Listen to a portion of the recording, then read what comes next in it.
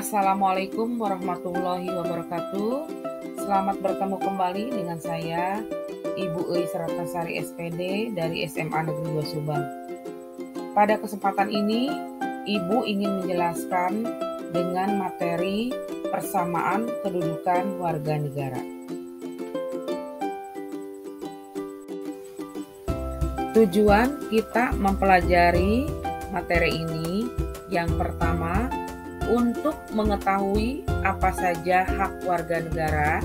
Yang kedua, untuk mengetahui apa saja kewajiban warga negara. Yang ketiga, untuk mengetahui persamaan kedudukan warga negara di Indonesia. Dan yang terakhir, untuk mengetahui apa sajakah yang menjamin persamaan kedudukan warga negara. Baiklah, kita mulai dengan pengertian dulu. Hak itu adalah sesuatu yang wajar kita terima. Sedangkan kewajiban adalah sesuatu yang harus kita laksanakan. Dalam pelaksanaannya, hak dan kewajiban harus seimbang.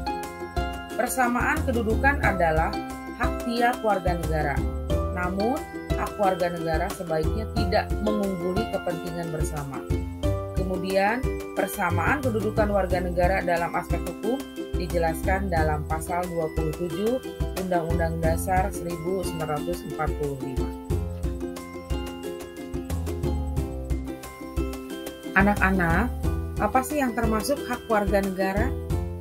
Yang termasuk hak warga negara diantaranya adalah ada hak asasi pribadi, ada hak asasi ekonomi, ada hak asasi untuk mendapatkan perlakuan yang sama di dalam hukum dan pemerintahan, ada hak asasi politik, ada hak asasi sosial dan kebudayaan, dan ada hak asasi untuk mendapatkan perlakuan tata cara peradilan dan perlindungan hukum.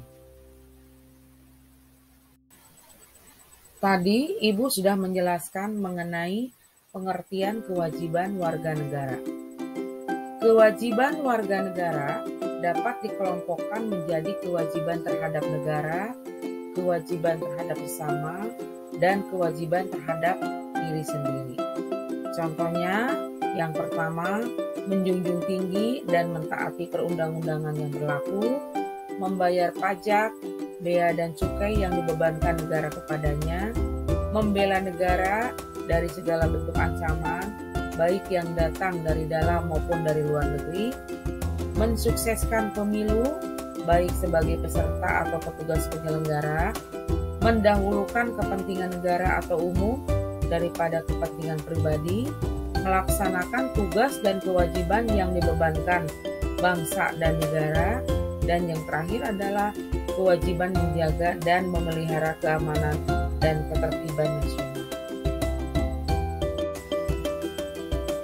Selanjutnya, mengenai persamaan kedudukan warga negara di Indonesia. Ada 8 persamaan kedudukan warga negara di Indonesia, yaitu 1. Persamaan kedudukan dalam hukum dan pemerintahan. 2. Persamaan atas pekerjaan dan penghidupan yang layak bagi kemanusiaan. 3. Persamaan dalam hal kemerdekaan berserikat dan berkumpul. 4. Persamaan dalam HAM. 5. Persamaan dalam agama. 6. Persamaan dalam upaya pembelaan negara. 7. Persamaan dalam bidang pendidikan dan kebudayaan. 8. Persamaan dalam perekonomian dan kesejahteraan sosial. Landasan yang menjamin persamaan kedudukan warga negara di sini ada 2. Yang pertama, jaminan persamaan hidup.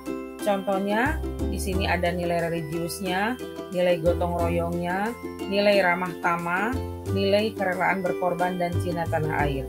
Yang kedua, adanya jaminan persamaan hidup dalam konstitusi negara. Contohnya di sini ada pembukaan Undang-Undang Dasar 1945, ada sila-sila Pancasila, ada Undang-Undang Dasar 1945, dan peraturan perundangan lainnya. Yang terakhir, yaitu menghargai persamaan kedudukan warga negara tanpa membedakan ras, agama, gender, golongan, budaya, dan suku. Untuk menangani masalah tersebut, kita perlu dilakukan langkah-langkah. Yang pertama, regulasi yang dilakukan oleh lembaga eksekutif maupun legislatif.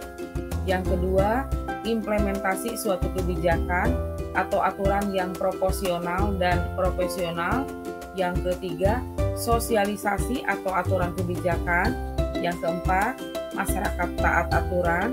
Yang kelima, aparatur penyelenggara negara atau pemerintah yang tidak korupsi, kolusi, dan nepotisme. Yang keenam, keteladanan yang berkelanjutan. Yang terakhir, aparat penegak hukum antisipatif terhadap potensi-potensi konflik yang mengarah pada SARA. Cukup sekian materi yang Ibu sampaikan. Mudah-mudahan kalian paham dan mengerti, dan mohon maaf apabila ada kesalahan. Wabillahi taufiq wal hidayah. Wassalamualaikum warahmatullahi wabarakatuh.